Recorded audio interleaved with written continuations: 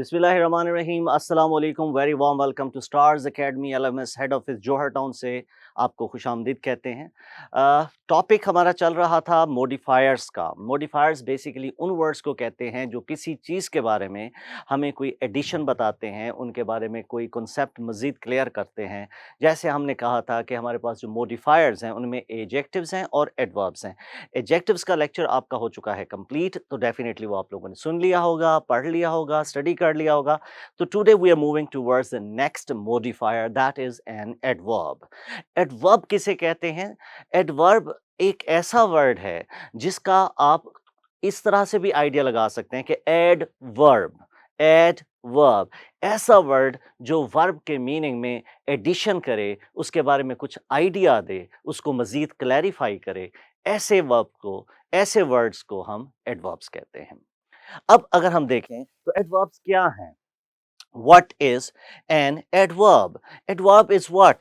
Adverb is a word which may modify a verb like he played nicely. Verb is a word which may modify an adjective. He is a very nice man. अब इसमें देखें बेटा, जो green colour में word है वो word है जो मॉडिफाई हो रहा है, और रेड कलर में जो वर्ड है ये वो वर्ड है जो मॉडिफाई कर रहा है। ही प्लेड नाइसली की अगर बात करें तो nicely is an adverb because it is modifying the verb played. Same is the case with option 2, or you can say example 2, he is a very nice man. Ab nice is a word being modified and very is a word which is modifying the word nice. Next देखिए जी, it's a word which may modify an other adverb. एक adverb को भी ये modify कर सकता है। He played very nicely. अब इस सेंटेंस के अंदर देखें तो हम पहले सेंटेंस वन को सेंटेंस थ्री को थोड़ा सा कंपेयर करें तो आपको दो जगहों पे दो मुख्तलिफ एडवर्ब्स नजर आ रहे हैं। वन के अंदर आपको नाइसली एडवर्ब है because it is connected with a verb, और सेकंड के अंदर very is an adverb because it is connected with nice, and third में हमारे पास नाइसली है जो कि ऐसा वर्ड है जो मॉडिफाई कर रहा है प्लेड को, लिहाजा नाइसली एडवर्ब हुआ। और आप ये देखें कि वेरी भी उसी को मॉडिफाई कर रहा है, nicely very nicely. So nicely is being modified. So this is example, our point, our labor sentence number 3. And fourth is yesterday he played very nicely. अब क्या है? अब रेड कलर में वर्ड लिखा है yesterday। क्यों? क्योंकि ये पूरे सेंटेंस को मॉडिफाई कर रहा है। He played very nicely is a complete clause, is a complete sentence, और yesterday is modifying it. Clear होगी बेटा बात? तो हम क्या कहेंगे? yesterday is an adverb because it is modifying a complete clause, it is modifying a complete sentence. So definition अगर हम डिड्यूस करें तो डेफिनेशन क्या बनेगी? adverb is a word which is used to modify a verb, it is used to modify adjective, it is used to modify an adverb, and it is also used to modify a sentence. Clear? Adverb is anything which is a word which may modify certain things. Next देखें जी, हमारे पास क्या आ जाता है? Position of adverbs. Position of adverb की बात करें तो सबसे पहले देखें हम पोजीशन डिस्कस करेंगे एडवर्ब ऑफ मैनर की। अब हमने यहाँ पे ये भी क्वेश्चन करना है कि एडवर्ब्स क्या क्या काम कर सकते हैं। देखिए, मैंने आपको एडजेक्टिव के बारे में ये बताया था कि एडजेक्टिव्स वो वर्ड्स हैं जो नाउन के ऊपर जिस किस्म का आप क्वेश्चन करें उसको जो आंसर करेंगे वर्ड्स वो सारे के सारे क्या होंगे? एडजेक्टिव्स होंगे। मतलब कैसा है? ऑनेस्ट है जी। किस कलर का है? वाइट है जी। मतलब उसकी बॉडी कैसी है? स्मार्ट है जी। तो ये सारे के सारे वर्ड्स क्या थे? ये एडजेक्टिव्स थे। इसी तरीके से वो तमाम क्वेश्चंस जो आप किसी एक्शन को लेके पूछ सकते हैं उनको जो आंसर करेंगे वो सारे के सारे एडवर्ब होंगे। फॉर एग्जांपल, आप कहते हैं खाना, वो खाना खाता है। मैं आपसे क्वेश्चन करता हूं कब? व्हेन। अब जो व्हेन का आंसर करेगा वो उसका टाइम बताएगा। फिर आप कहते हो वो खाना खाता है, ही ईट्स मील। मैं कहता हूं हाउ। अब जो हाउ का आंसर करेगा वो उसका मैनर बताएगा, ये भी एडवर्ब कहलाएगा। So all the questions which you may ask, which you may put on a verb, और उनके जितने भी आंसर्स आएंगे, जितने भी वर्ड्स उनको आंसर्स करेंगे, they will be called what? They will be called adverbs. So adverbs are what? Adverbs are related to verb and they may tell us as many things about verb as possible, जितना हम उसके ऊपर question कर सकते हैं, जितना हम उसके बारे में बता सकते हैं, उन सब के वो आंसर करेंगे, उन सब चीजों के बारे में वो हमें बता रहे होंगे। क्लियर होगी बात? अब देखिए हम पोजीशन की बात कर रहे हैं कि where an adverb can be used in a sentence. एक सेंटेंस में एडवर्ब किस जगह पे यूज हो सकता है? तो first of all it's an adverb of manner. What is the position of adverb of manner? अगर हम बात करें, adverbs of manner which answer the question how are generally written after the verb if there is no object after the verb. अब देखिए sentence है he sings nicely, अगर object नहीं है तो आप कहेंगे he sings nicely, he eats quickly, he laughs loudly। लेकिन अगर कोई ऑब्जेक्ट आ गया तो उसमें क्या है? he sings the song nicely।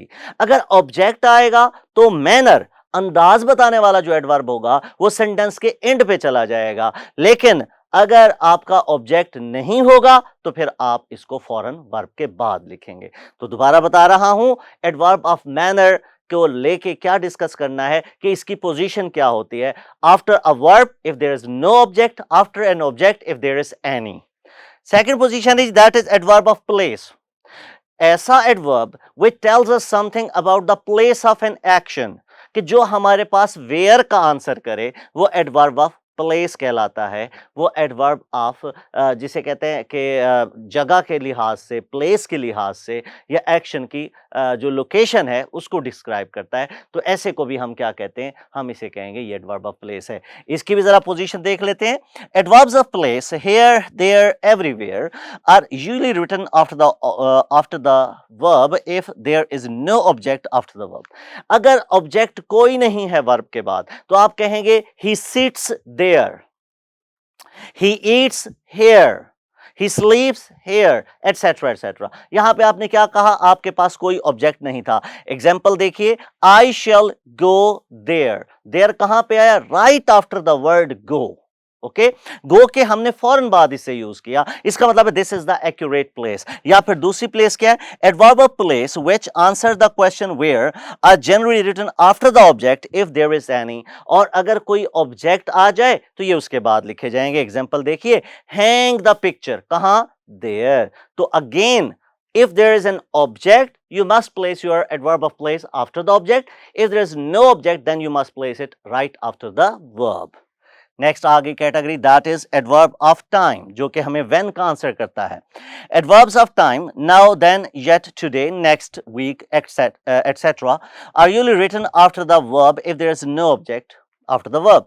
I shall come next week, when? Next week, right after the क्या करेंगे? वर्ब के बाद यूज किया। लेकिन अगर ऑब्जेक्ट आ जाए, I shall meet you next week, when? You लगा दिया तो वो ऑब्जेक्ट था, अब वो उसके बाद लिखा जाएगा। तो आप देख लें, मैनर, प्लेस और टाइम की फॉर्मेशन या उनकी पोजीशन जो है वो सेम होती है। कैसे? वो इस वजह से कि अगर आपके पास वर्ब है तो उसके वर्ब के फौरन बाद लिखे जाते हैं, लेकिन अगर वर्ब के बाद ऑब्जेक्ट भी है तो फिर ये ऑब्जेक्ट के फौरन बाद लिखे जाएंगे। क्लियर होगी बेटा बात? नेक्स्ट एडवर्ब ऑफ फ्रीक्वेंसी है जी। एडवर्ब ऑफ फ्रीक्वेंसी किसे कहते हैं? पहले तो इसका जरा डेफिनेशन का हमें भी पता होना चाहिए कि what do we mean by adverb of frequency. Adverb of frequency mean the words which are used to tell us for how many times an action has been conducted, कि कितनी मर्तबा, कितनी फ्रीक्वेंसी के साथ, कितनी बार कोई एक्शन परफॉर्म किया गया है। For example, when you say he comes to see me off and on. अब ऑफ एंड ऑन क्या है? It is telling us about the frequency, कि वो कब मुझे मिलने आता है, कब कब आता है, दिन में कितनी मरतबा आता है, कैसे, etcetera etcetera etcetera. So whenever you are telling और whenever you are using a word which may describe about the frequency of an action, or you can say which tells us for how many times an action has been conducted, so that type of adverb is called adverb of frequency. For example, आप use करते हो word always and you say he always comes to see me. Now what is the parts of speech of this word always? It's a adverb because it is telling us the frequency of his visits, कि कब कब आता है, हमेशा आता है, नहीं आता है, एटसेट्रा एटसेट्रा। क्लियर होगी बेटा बात? अब जरा पढ़ते हैं adverbs of frequency which answer the question how often, कितनी मर्तबा। ऑलवेज है इसमें, नेवर है, ऑफन है, usually, generally, and certain other adverbs like already, almost, hardly, nearly, just, quite are normally written between the subject and the verb if there is no helping verb. देखिए, he never tells a lie. अब आप ये नहीं कह सकते he tells never a lie. It will always be written right after the subject. He always speaks the truth. लेकिन दूसरी position भी इसकी आपने भूलनी नहीं है. वो देखें क्या है, adverb of frequency which answer the question how often वगैरह वगैरह are normally written after the helping verb if there is any. अच्छा, इसी जगह पे अगर he के बाद is होता तो फिर ये is के बाद लिखा जाता, लेकिन यहां पे is या helping verb नहीं है तो हम right after the subject इसे यूज कर रहे हैं. तो ये भी एग्जांपल जरा देख लीजिए. He has never told a lie. अब he has never told, अब ये नहीं कर सकते कि he never has told a lie. Am I right? बात समझ आ गई. If there is any helping verb, you must place your adverb after the helping verb. If there is no helping verb, then you must put it right after the subject. Clear होगी बेटा बात. Next category पे आ जाए. That is order of an adjective. Adjective का order of adverbs. अब देखिए, 4 adverbs मैंने आपको सेपरेटली पढ़ा दिए. मजीद इसके बारे में डिस्कशन चलती रहेगी जब एमसीक्यूज आते जाएंगे. लेकिन अभी आप जरा ये देखें, ऑर्डर ऑफ एडवर्ब्स में हमारे पास क्या है. ऑर्डर ऑफ एडवर्ब का मतलब होता है कि जब बेटा एक से ज्यादा एडवर्ब, ये पोजीशन का ही क्वेश्चन है, अगर एक से ज्यादा एडवर्ब एक साथ आ जाएं तो किस सीक्वेंस में लिखे जाने चाहिए, किस तरीके से लिखे जाने चाहिए, क्या उनका मैकेनिज्म होना चाहिए, क्या उनका पैटर्न होना चाहिए. तो उसको हम कहते हैं एडवर्ब्स की अगर सीक्वेंसिंग की बात करें, हाउ, वेयर एंड व्हेन, ये यूज होने चाहिए. अब देखिए, मैनर की बात, एम्स हाउ का मतलब होगा वो जो मैनर का आंसर करेगा, वेयर का मतलब होगा जो प्लेस का आंसर करेगा, और व्हेन का मतलब होगा जो टाइम का आंसर करेगा. अब एक सेंटेंस बना लेते हैं क्या, या एक एमसीक्यू भी बनाएंगे, लेकिन उससे पहले ये जरा देख लें. एमपीटी, एमपीटी का मतलब क्या होता है, मैनर, प्लेस और टाइम, कि इस सीक्वेंस में हम इन्हें लिखते हैं. अब देखो, he was welcomed yesterday warmly eight the station. अब यस्टरडे टाइम है, वार्मली अंदाज है, एट द स्टेशन क्या है, प्लेस है. अब आपका सीक्वेंस होना चाहिए empty, manner, place and time. तो देख लीजिए जनाब, कौन से वाला ठीक आना चाहिए. He was welcomed warmly eight the station yesterday, या फिर he was welcomed eight the station yesterday warmly, या फिर he was welcomed eight the station warmly yesterday. क्या कहती है हमारी टेक्निक? हमारी टेक्निक कहती है कि हम एमपीटी को फॉलो करेंगे. तो देखें जी, सबसे पहले मैनर पे क्या है, सबसे पहले मैनर पे आना चाहिए वार्मली, पी पे क्या है, एट द स्टेशन, और टी पे क्या है, यस्टरडे. तो लगता है कि जैसे beta should be the best choice. Here we go, exactly beta is the best choice. Clear होगी बेटा बात? यहां तक आपको पॉइंट समझ आ गया? That's wonderful. देखिए, हमने पोजीशन ऑफ एडवर्ब्स, एडवर्ब्स की डेफिनेशन और उनकी पोजीशंस को हमने डिस्कस किया. अब हम चलते हैं, हमारा नेक्स्ट पॉइंट है what, that is formation of adverbs. Adverbs बनते कैसे हैं? तो जरा फॉर्मेशन की तरफ आ जाएं बच्चों. देखें, आप कहते हैं स्टूडेंट और नाइस, क्या रिलेशन है? नाउन को एडजेक्टिव मॉडिफाई करता है, जबकि प्लेड वर्ब है उसको नाइसली ने किया, ये एडवर्ब हो गया. तो फॉर्मेशन क्या होती है, जनरल रूल क्या होता है? Adjective plus ly is equal to adverb. देखिए, नाइस के साथ क्या लगाया, ly लगाया, तो क्या बन गया, नाइसली. जैसे आप स्लो के साथ ly लगाते हैं, स्लोली. लाउड के साथ ly लगाते हैं, लाउडली. अच्छा, एक्सेप्शन इसमें देख लीजिए. एक्सेप्शन क्या है? बहुत इंपॉर्टेंट स्लाइड है ये, बहुत ही जबरदस्त. इसको आपने मेमोराइज करना है, इन चीजों को बड़ा ही क्लियरली बता रहा हूं, मेमोराइज करना है. एडवर्ब छोटा सा टॉपिक है, लेकिन इसमें से एमसीक्यूज आ सकते हैं. एक्सेप्शन 1 क्या है? एक्सेप्शन 1 ये है कि hard, fast, late, back, deep, straight, back, right, high, long, short, direct, ill, low, still, early, enough, well, far, late, pretty, wrong. ये क्या है? इनके साथ ly यूज नहीं करनी. आप ये नहीं कहेंगे ही रन्स फास्टली, आप क्या कहोगे, ही रन्स फास्ट. इसके साथ ly की एडिशन नहीं देनी. आपने क्या करना है, ly की एडिशन आपने नहीं देनी. ये सारे वर्ड्स हैं, नोट कर लें, स्क्रीनशॉट ले लें, सेव कर लें, जो भी करना है कर लें, लेकिन याद लाजमी कर ले कि ये वो वर्ड्स हैं जिनके साथ आपने ly यूज नहीं करना. तो एक्सेप्शन नंबर 2 पे आ जाइए. वर्ब ऑफ सेंसेस है. वर्ब ऑफ सेंसेस का क्या सीन है भाई? वर्ब ऑफ सेंसेस का सीन ये है कि इनके साथ हम एल वाई वाले वर्ड मतलब एडवर्ब यूज नहीं करते। ये पॉइंट मैं वर्ब ऑफ सेंसेस में भी पढ़ा चुका हूं कि दे, जब वर्ब का टॉपिक था मैंने कहा था कि they must be modified by what? They must be modified by an adjective. ये वर्ब की वाहिद कैटेगरी है बेटा जिसके बाद हम एडजेक्टिव लगाते हैं, या फिर आप कहें कि लिंकिंग वर्ब जो होते हैं, जैसे बी है, इज है, एम है, आर है, इन सब के बाद भी हम ये नहीं कहते ही इज लाउडली, हम कहेंगे ही इज लाउड। हम ये नहीं कह सकते ही इज ऑनेस्टली, बल्कि हम कहेंगे he is honest. Is it clear? तो ऐसे वर्ड्स हमारे पास जिनके बाद हम एडजेक्टिव यूज करेंगे उन्हें हम वर्ब ऑफ सेंसेस कहते हैं। मैंने एग्जांपल यहां पे दे दी और रॉन्ग भी बता दिया। टुडे ही सीम्ड सैड, नहीं, टुडे ही सैडली नहीं करेंगे, टुडे ही सीम्ड सैडली नहीं करेंगे, बल्कि कहेंगे today he seems sad। Clear होगी बेटा बात? तो यहां तक आपकी ये डिस्कशन हो गई कि फॉर्मेशन कैसे करनी है, इसकी पोजीशन कैसे देनी है, एटसेट्रा एटसेट्रा एटसेट्रा। क्लियर बेटे? अब देखें नेक्स्ट हमारे पास आता है जी इन्वर्जन। इन्वर्जन क्या है? बेसिकली सब्जेक्ट वर्ब अग्रीमेंट में भी मैंने ये पॉइंट बताया था, आज यहां पे भी इसको एक्सप्लेन कर रहा हूं। और वो क्या है? इन्वर्जन ये होती है कि नॉर्मल सेंटेंस हमारे पास होता है सब्जेक्ट वर्ब ऑब्जेक्ट, सेंटेंस बना देते हैं इसको। जैसे he hardly manages to get up early in the morning, he hardly manages to get up early in the morning. लेकिन इन्वर्जन क्या है? एडवर्ब स्टार्ट में आ जाता है, साथ हेल्पिंग वर्ब आ जाता है, साथ सब्जेक्ट आ जाता है, साथ वर्ब, साथ ऑब्जेक्ट, फिर ये सेंटेंस बनता है। तो इन्वर्टेड स्ट्रक्चर का मतलब क्या होगा? उसमें हमने कुछ पैटर्न चेंज किए, और वो पैटर्न्स क्या थे? वो पैटर्न्स थे कि जब हम क्या कर रहे होते हैं, जब हम सेंटेंस के हेल्पिंग वर्ब और सब्जेक्ट की पोजीशन को इन्वर्ट करते हैं। इन्वर्ट करने का मतलब क्या है बच्चों? कि हेल्पिंग वर्ब पहले आएगा। नॉर्मली तो हम ये कहते हैं कि सबसे पहले सब्जेक्ट आए, सब्जेक्ट के बाद हेल्पिंग वर्ब आए, फिर हमारे पास वर्ब आ जाए। लेकिन इन्वर्जन के अंदर we have to be careful, हमें एहतियात करनी है। और क्या एहतियात करनी है? एहतियात करनी है कि अगर हमारे पास कोई एडवर्ब सेंटेंस के स्टार्ट में आ गया तो हम फौरन उसके बाद यूज करेंगे क्या? एक अदद हेल्पिंग वर्ब। हेल्पिंग वर्ब के बाद उसे लिखेंगे। देखिए हार्डली सेंटेंस के सेंटर पे या सब्जेक्ट के बाद आया तो कोई वेरिएशन नहीं, लेकिन इसी हार्डली को मैंने स्टार्ट में लिखा तो क्या variation I? Hardly had he reached. तो अब क्या हुआ?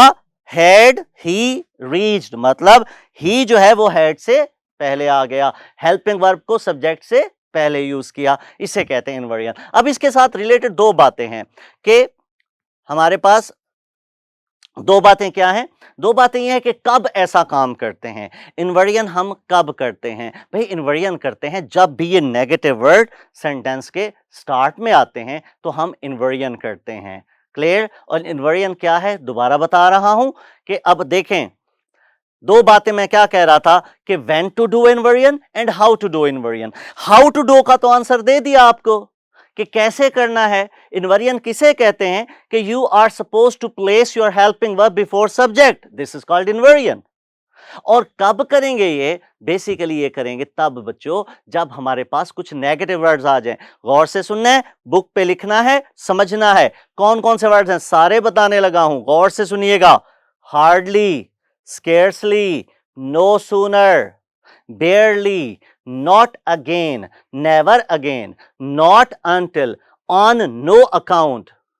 Is it clear? अब ये वो सारे एक्सप्रेशंस हैं, अगर सेंटेंस के स्टार्ट में आ जाएं बच्चों तो make it clear, make it clear, बिल्कुल क्लियर कर लो। ये एमसीक्यूज आ चुके हैं आपके एंट्रेंस टेस्ट के जो रियल एंट्रेंस टेस्ट हैं उनके अंदर बार बार आए हैं, बार बार, मतलब इस तरह के कोई ना कोई ऑप्शंस में उन्होंने रख दिए होते हैं ताकि आपको उसको देखिए। किसी ये नहीं कि आपको एग्जैक्ट एमसीक्यू वो आए, ठीक है। सम टाइम हो सकता है कि ये पॉइंट आपको किसी ऑप्शन को एक्सक्लूड करने में भी आपकी हेल्प कर सकता है, तो it's validity is confirmed, don't forget. ठीक है जी, तो ये बता दिया कि कब करनी है इन्वर्जन और कैसे करनी है इन्वर्जन। ठीक है, तो यहां तक आज हमने इसको डिस्कस किया। एडवर्ब इज कंटिन्यूड, कल हम इसको आगे लेकर चलेंगे इन आवर, कल stands for in our next lecture. Thank you so much.